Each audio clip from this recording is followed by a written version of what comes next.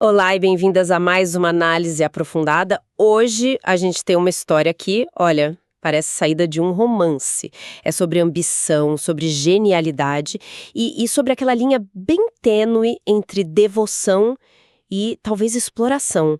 Vamos mergulhar a relação do gigante literário Johann Wolfgang von Goethe com um jovem admirador, um cara assim incrivelmente determinado chamado Johann Peter Eckermann. A nossa fonte é um trecho que narra o comecinho dessa parceria, sabe? Tudo pelo olhar do próprio Eckermann. E a nossa missão aqui é tentar entender essa dinâmica. O que leva alguém a uma dedicação tão absoluta? E o que Goethe, que já era uma celebridade na época, o que ele via nesse jovem? Olha, é fundamental a gente entender o status do Goethe para sacar a dimensão do que estava em jogo. Ele não era só um escritor famoso, né? Ele era tipo uma instituição cultural. No início do século XIX, Goethe era o epicentro da vida intelectual alemã, talvez da Europa inteira. Conseguir falar com ele era o equivalente a, sei lá, conseguir um encontro com uma estrela de rock, um Nobel e um chefe de Estado, tudo na mesma pessoa. A bênção dele podia criar uma carreira do zero. E essa imagem de Goethe como o epicentro torna a jornada do Eckermann ainda mais uau, extraordinária. Não foi uma simples viagem de negócios, foi. A história começa com ele já tendo enviado um manuscrito, mas ele não era do tipo que ficava sentado esperando, né? Definitivamente não. Ele decide ir até Weimar, a cidade do Goethe. E é a forma como ele faz essa viagem que revela tudo sobre o caráter dele. Ele não pega uma carruagem, não tinha dinheiro para isso. O relato que a gente tem é que, por ser pobre, ele foi a pé. A pé. E não foi uma caminhada no parque, foram 2 semanas. Pensa só, 2 semanas na estrada, a pé, com quase nada de dinheiro, movido só pela esperança de encontrar o ídolo. Isso vai além da determinação, sabe? Soa quase com uma obsessão, uma fé. É a palavra perfeita, fé. Essa caminhada não é um detalhe logístico sobre a pobreza dele, entende? É um ato de peregrinação. É um gesto que eleva a Goethe de um intelectual para uma figura quase sagrada. E aí ele posiciona o Eckermann não como um colega, mas como um devoto. É o sacrifício físico em busca de iluminação intelectual. Essa dinâmica toda já está estabelecida antes mesmo deles trocarem a primeira palavra. Certo. A base da relação toda está contida nessa jornada. Então, depois de 2 semanas, Eckermann finalmente chega a Weimar. Ele segue o protocolo, manda um cartão anunciando que chegou e, para sorte dele, é convidado a entrar na casa de Goethe. E a descrição que a fonte nos dá dessa casa é espetacular. É quase um personagem na história, né? A casa descrita como extensa, quase labiríntica. Um cômodo levando a outro. Exato, não é uma casa comum. Tem a sala de recepção, a de estar, a de jantar, o básico. Mas aí a coisa fica séria. O estúdio, a biblioteca, a sala de música e as coleções. Uma sala só para estátuas e bustos, outra só para moedas, uma terceira para minerais. A descrição resume tudo, diz que era uma casa habitada por alguém cujos interesses eram tão numerosos e dispersos quanto seus cômodos. É uma imagem poderosa, mas ao mesmo tempo, não sou um pouco opressivo? Quase como se a casa fosse feita para diminuir qualquer um que entrasse ali? Essa é uma leitura excelente. É mais do que uma metáfora para a mente do Goethe. É uma manifestação física do ego de um gênio. Era um jeito de Goethe dizer para o mundo: eu sou imenso. Meu conhecimento não cabe numa sala só. Para o Eckermann, que vinha de um lugar super modesto, entrar ali não era só inspirador, era intencionalmente intimidador. Era ser engolido pela magnitude do homem que ele foi encontrar. Ok, então ele atravessa esse labirinto de conhecimento totalmente intimidado e finalmente encontra o grande homem. Eu imagino um encontro tenso, sabe? Talvez uma certa arrogância por parte de Goethe depois de toda essa preparação. Como foi esse primeiro contato, de fato? Surpreendentemente direto. E, à primeira vista, muito generoso.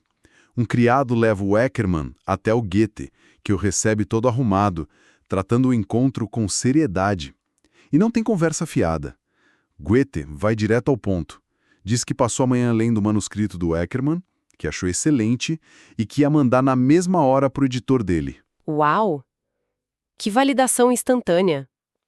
Assim, de cara. Mais do que isso. Ele garante ao Eckermann um adiantamento generoso, e diz que espera que ele fique em Weimar por um tempo. A reação do Eckermann, segundo o relato, foi de puro êxtase. A frase é marcante. Ele sabia que estava garantido para a vida. Em uma única conversa, o mundo dele mudou completamente. A realização de um sonho. Mas sabe, isso parece bom demais para ser verdade. Por que Goethe seria tão rápido e generoso com um completo estranho, por mais talentoso que ele fosse? Tinha algo mais aí. Tinha. E essa é a chave de toda a relação que veio depois. Acontece que o Eckermann, muito astutamente, não mandou só o manuscrito dele. Junto com a obra, ele mandou uma carta. E nessa carta, além dos elogios a Goethe, ele também elogiava os próprios talentos como secretário. Ele não estava só buscando validação. Ele estava se candidatando ao emprego. Ah, então a peça que faltava se encaixa, não foi um ato de pura magnanimidade. Exatamente. De repente, a dinâmica muda. Não é só um gênio mais velho sendo bondoso com um jovem talento. Havia uma necessidade mútua claríssima ali. Goethe, já com mais de 70 anos, estava sobrecarregado. Ele precisava de alguém para organizar os papéis, as coleções, ajudar na correspondência, na pesquisa. Basicamente um gerente de projetos para o projeto Gutter. Perfeito. Ele precisava de um par de mãos e de uma mente jovem e dedicada para ajudar a gerenciar e consolidar o seu enorme legado. E o Eckermann, por sua vez, precisava desesperadamente de um mestre, um patrono, uma porta de entrada para o mundo literário. Foi um encaixe perfeito, sabe? Eckermann estava procurando um senhor e Goethe estava procurando um assistente para tudo. E essa simbiose deu início a uma colaboração de 9 anos, né? Durou até a morte do Goethe. A fonte menciona que, nesse período, Eckermann visitou a casa de Goethe mais de 1000 vezes. Ele virou uma presença constante, um braço direito. Indispensável. Ele ajudava na publicação das obras de Goethe, na seleção de textos, na pesquisa de tópicos. Ele era o motor que mantinha a vasta máquina intelectual do Goethe funcionando nos seus últimos anos. Certo, uma colaboração intensa, 9 anos, mais de 1000 visitas. Isso é praticamente um emprego de tempo integral.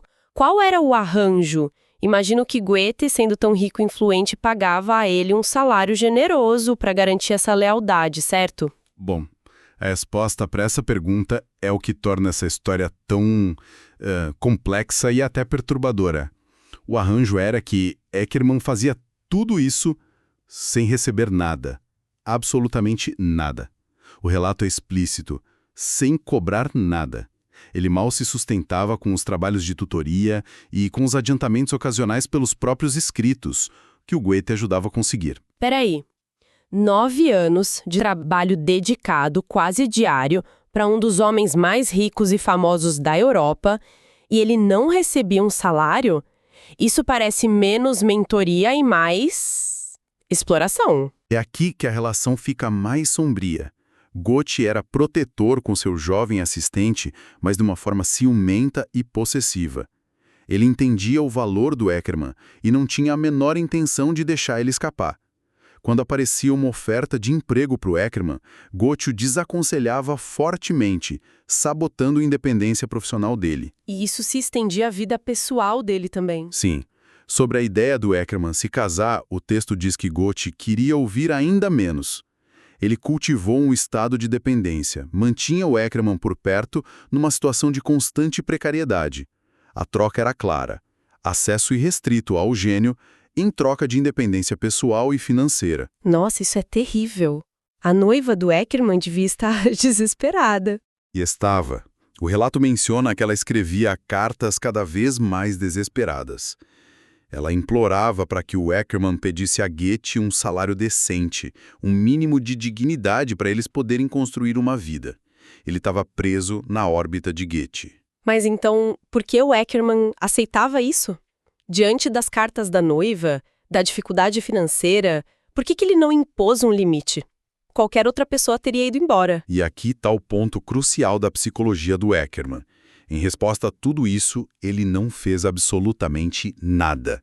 Ele ignorou a noiva, ignorou a própria situação, e a razão, segundo o texto, é chocantemente simples.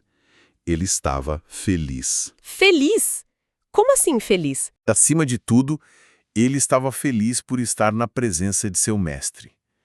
Para ele, A proximidade com a genialidade era a própria recompensa. Era o único pagamento que realmente importava. Então, o que ele valorizava não era o dinheiro ou a estabilidade, mas o capital intelectual e social, o acesso àquele labirinto da mente de Goethe. Exatamente. A oportunidade de aprender direto da fonte, de fazer parte daquele mundo, superava qualquer necessidade material ou pressão da vida pessoal.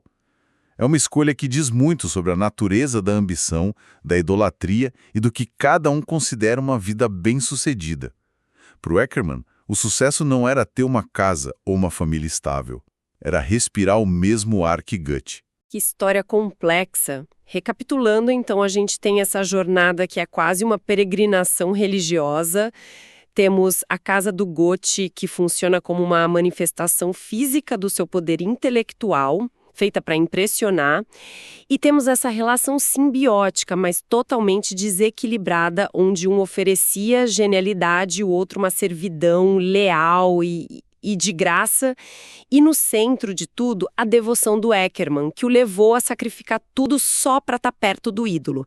Então, no fim, foi uma relação de exploração pura e simples. A gente poderia concluir isso, mas tem uma camada final que complica o veredito. O texto menciona, quase como uma nota de rodapé, que foi ali em Weimar, naquela casa, que Eckermann anotou suas conversas com Goethe muitos anos depois. Ah, o famoso livro Conversas com Goethe? Exatamente. Esse trabalho, fruto daquelas mais de 1000 visitas não remuneradas, se tornou a obra mais famosa do Eckermann. É a principal contribuição dele para a literatura mundial. E o que garantiu seu próprio lugar na história. Para sempre ligado a Goethe, mas ainda assim um legado dele. Um legado construído sobre 9 anos de trabalho não pago. Exato. E isso nos leva a uma pergunta final para reflexão. No fim das contas, quem se beneficiou mais? Goethe conseguiu um assistente dedicado que o ajudou a organizar seu legado nos seus últimos anos. Isso é um fato. Mas Eckermann, através do seu sacrifício, da sua devoção, quase incompreensível, conseguiu material bruto para criar uma obra imortal. Uma obra que o definiu como autor e que continua a ser lida até hoje. Será que esse trabalho não remunerado foi, na verdade, o investimento mais inteligente da vida dele? O preço que ele pagou para garantir um legado único, um que ele talvez jamais alcançasse de outra forma. Foi exploração ou foi a mais longa e produtiva aula particular da história da literatura?